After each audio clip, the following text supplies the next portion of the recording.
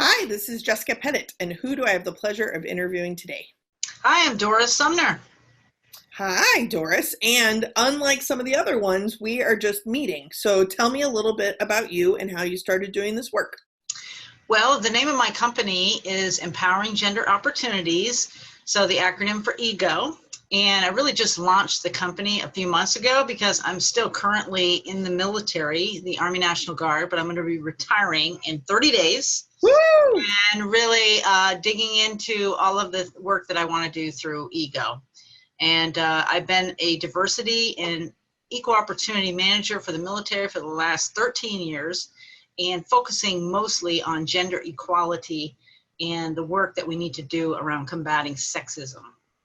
Fantastic. Well, thanks for being here. To get us started, what I thought I would do is throw out two big concepts that I have been thinking about. And there's no wrong answers. I'm just curious how they land on you. Okay. So, first one is the concept of diversity dividend. So often this comes up when thinking about the bottom line. So when you think about investment, action, and return, what does diversity dividend mean to you?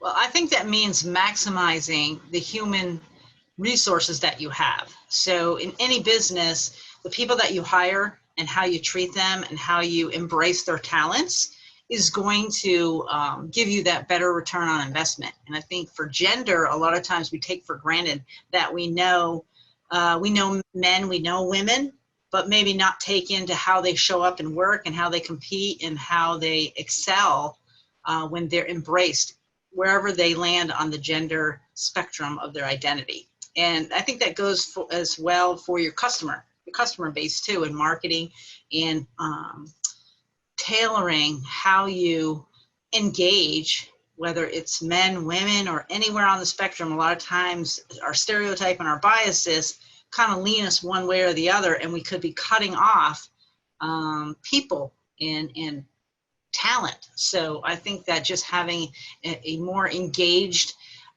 concept of gender and how people show up that way is going to help our bottom line. Wonderful. Thank you. The next one is asterisks other duties assigned. So this sometimes is the last line of a job description and also sometimes connects to the extra work or emotional labor that we do that's not often recognized at work around our own identities. But what does it mean to you? Asterisks other duties assigned. Well, I think employers put that there because there are some things that we can't really detail in a job description that each person that comes into the job kind of makes it their own. And depending on the type of business and the type of culture of the work that you're doing, that's the extra duties that somebody, depending on their personality and how passionate they are about the work, can add to it. And sometimes when we think of extra duties, we think of, lugging out the garbage or fixing the copier machine or the safety officer. But I would think of more as extra duties is that extra thing that you bring to the job that is not written in a job description. Cool. Excellent. Now you talked about your work specifically or your post-retirement work focusing on gender equity and sexism. But can you talk a little bit about how you've experienced gender equity and sexism that brought you to doing real education around this through your military experience, but also your EO and diversity officer experience? That's unique to the interview. Yeah, well, as an equal opportunity manager, I would say in my 13 years of experience, 99% of the cases have been sex-based. They've been gender or sexual harassment cases of discrimination. And so processing those cases, they're very hard to prove because a lot of the issues that the women have brought to my office, they're general microaggressions. It doesn't feel good, but it's really hard to prove that somebody treated you that way just because you're a female.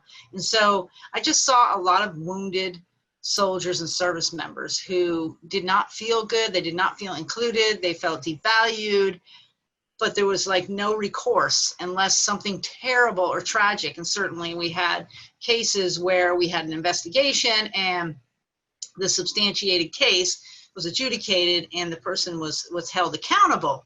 But the pain that the person would have to go through to get to that level. And so it really made me want to, go up the stream, so to speak, and get back to where it all starts, which is that disrespect and that status of inequity that we treat, especially in male majority and masculine type of occupations where there's a lot of men around, that they have this privilege of being the majority, and their culture is kind of taken over whatever location, and whether it's in an office or out in the field or on the gun range or in the maintenance flight line, wherever it is. And so I believe that if they had been more aware of how they were being biased against women, we would have solved a lot of hurt and pain and retention. We could have retained a lot of women who just chose to opt out.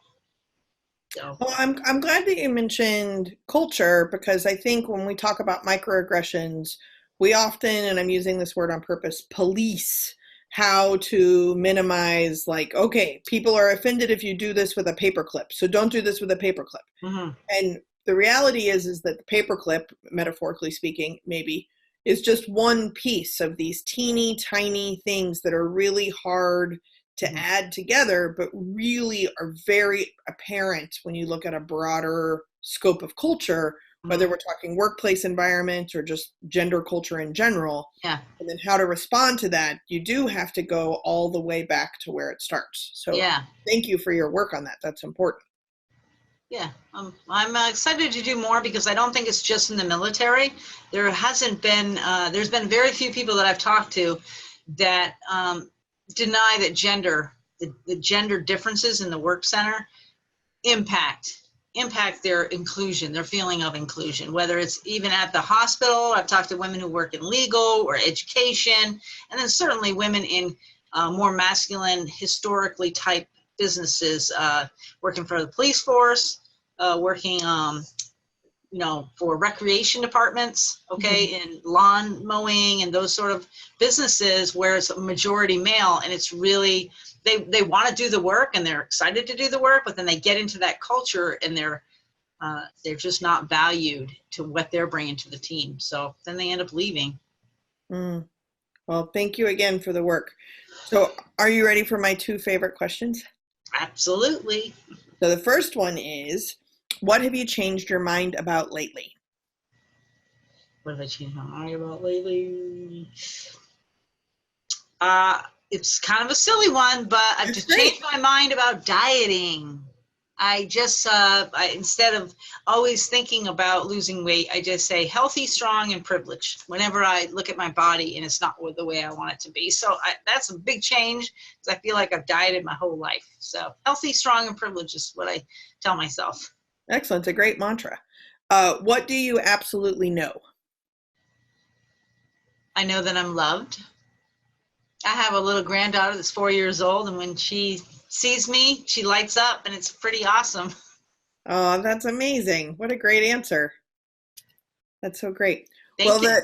The lightning round, is I have a product called Icebreaker Cards, and you selected 3 numbers. You actually selected 4, 32, number 4, and then either 56 or 55.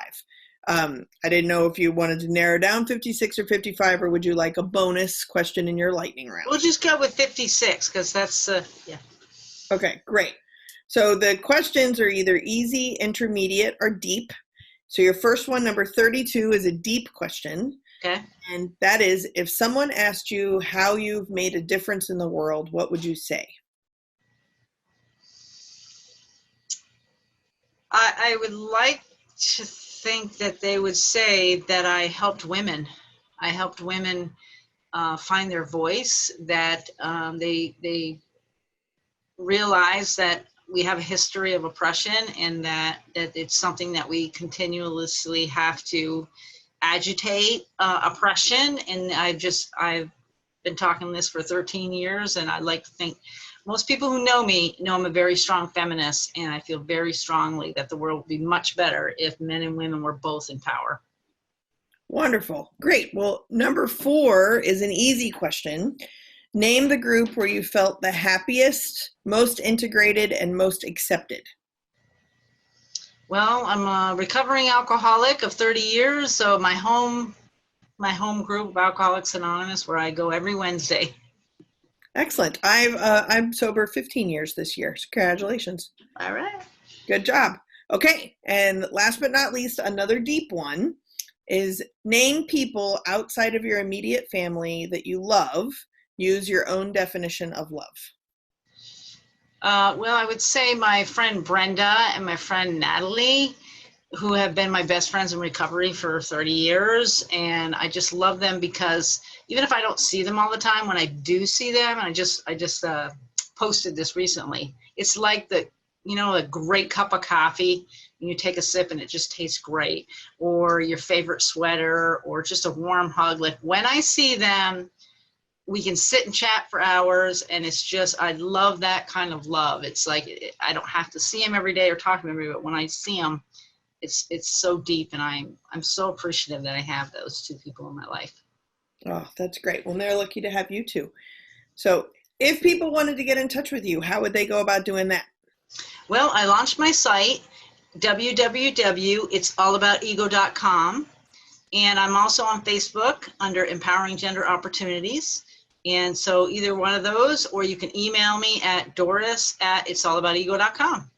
Excellent. Well, thank you very much, Doris. I really appreciate your time, and I'm really glad that you were able to be part of this project. Well, I appreciated talking to you. Thank you so much, Jessica.